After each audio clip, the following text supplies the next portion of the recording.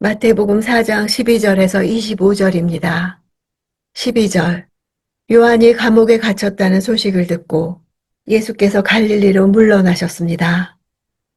세례 요한은 헤롯에게 체포되어 마케로스의 무시무시한 지하 감옥에 수감되었습니다. 마태는 예수님의 사역이 요한의 사역을 이어 계속되는 것을 강조합니다. 당시 유대 사회에 큰 영향력을 미쳤던 세례 요한이 물러나며 동시에 예수의 사역이 부각됨을 보여주는 것입니다. 15, 16절. 스불론 땅과 납달리 땅이여 호수로 가는 길목 요단강 건너편 이방 사람의 갈릴리여 어둠 가운데 살고 있는 백성이 큰 빛을 보았고 죽음의 그림자가 드리운 땅에 앉아 있는 사람들에게 빛이 비쳤다. 이사야서의 인용입니다. 아수르 왕이 갈릴리 지역을 침략하여 그곳 주민을 포로로 잡아갔으나 다시 자유를 찾게 될 것을 예언한 것입니다. 마태는 700년 전에 주어진 이 예언을 확장해서 당시 죄악과 불신의 어두움 가운데서 살던 갈릴리 사람들에게 메시아이신 예수께서 오심으로 말미암아 영적으로 빛이 비추게 되었다는 의미로 사용하고 있습니다. 어둠 가운데 살고 있다는 것은 불신앙과 불경건과 부도덕으로 하나님의 생명에서 떠나 계속적으로 비참한 운명에 처해 살고 있는 갈릴리 지역의 주민들의 상태를 보여줍니다. 이방 사람의 갈릴리라는 말은 조롱하는 의미로 사용된 것입니다. 주전 2세기 이전 500년 동안 갈릴리는 이방 사람들의 통치 아래 있었으며 헬라어가 사용되고 이방의 관습들과 비유대인들의 영향력이 지배하던 지역이었습니다. 17절. 그때부터 예수께서 말씀을 전파하기 시작하셨습니다. 회개하라. 하늘나라가 가까이 왔다. 세례 요한이 투옥된 이후 예수님의 메시지가 세례 요한과 동일하게 회개하라. 하늘나라가 가까이 왔다고 함으로써 예수께서 세례 요한을 완전히 대체하게 되었음을 보여줍니다. 요한의 메시지가 새 시대의 도래를 선포했다면 예수의 메시지는 새 시대가 지금 여기 들어왔다고 선언합니다. 예수님의 메시지는 반응을 요구했고 먼저 제자들이 반응했습니다. 19, 20절. 예수께서 말씀하셨습니다. 와서 나를 따라라. 내가 너희를 사람 낚는 업으로 삼을 것이다. 그러자 그들은 곧 그물을 버리고 예수를 따랐습니다.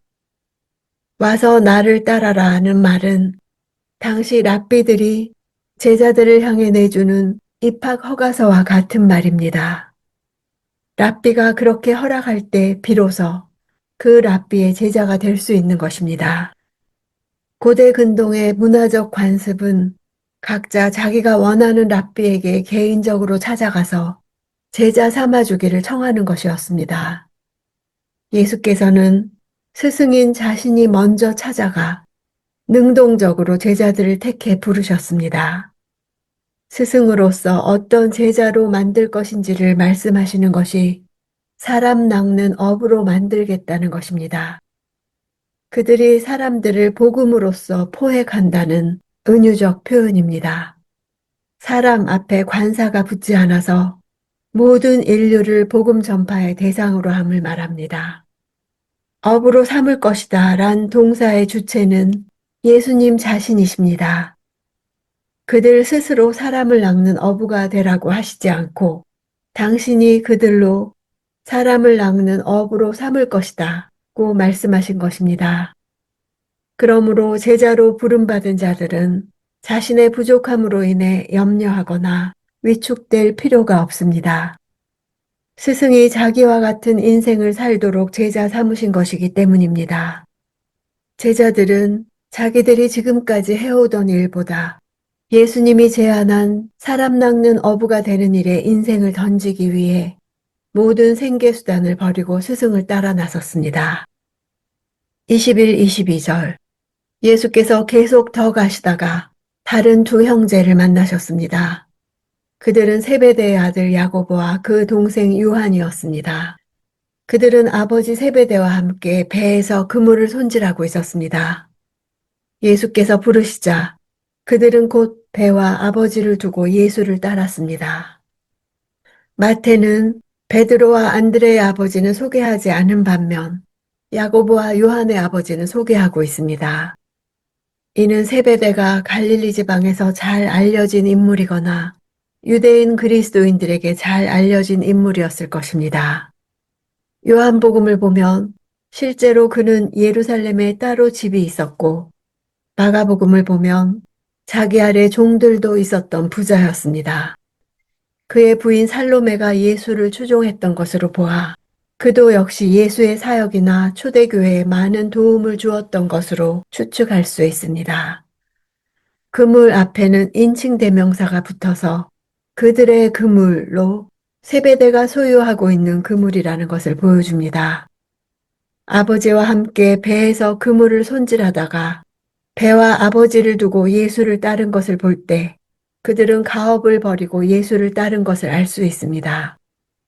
예수께서 부르실 때 즉시 그들이 따른 것을 볼 때 그들은 예수에 대한 소문을 듣고 알고 있었던 것이 분명합니다. 스승이 제자되라고 부르는 부르심에 가업까지 버리고 따랐다는 것은 지금까지의 직업의 포기이며 살아온 삶의 부정을 뜻합니다. 예수께서 회개하라, 하늘나라가 가까이 왔다고 외치신 하늘나라를 세우는 일에 헌신하겠다고 결단한 것입니다. 예수께서 오심으로 어둠에 앉아있고 죽음의 그늘에서 절망하던 백성들에게 생명과 소망이 들어왔습니다. 예수님은 갈릴리 해변의 어부들의 평범한 삶의 현장으로 찾아오셨습니다. 어부라는 이름은 변함이 없지만 사람을 낚는 어부는 전혀 다른 방식과 목적을 갖는 새로운 개념입니다. 물고기를 잡아 자기 생명을 유지하던 삶이 남을 살리는 창조적 생명의 삶으로 전환됩니다. 가르치시고 복음을 전파하시며 치유하시는 예수님의 사역으로 부르신 것입니다. 내가 있는 환경에서 순종할 때 어둠과 죽음의 땅에 있는 사람들에게 빛이 비춰집니다. 자기 힘으로 어쩔 수 없는 문제로 인해 예수께로 나오고 갈급하고 간절해서 주께로 이끌려 나오는 자들을 위해 우리도 부름받았습니다.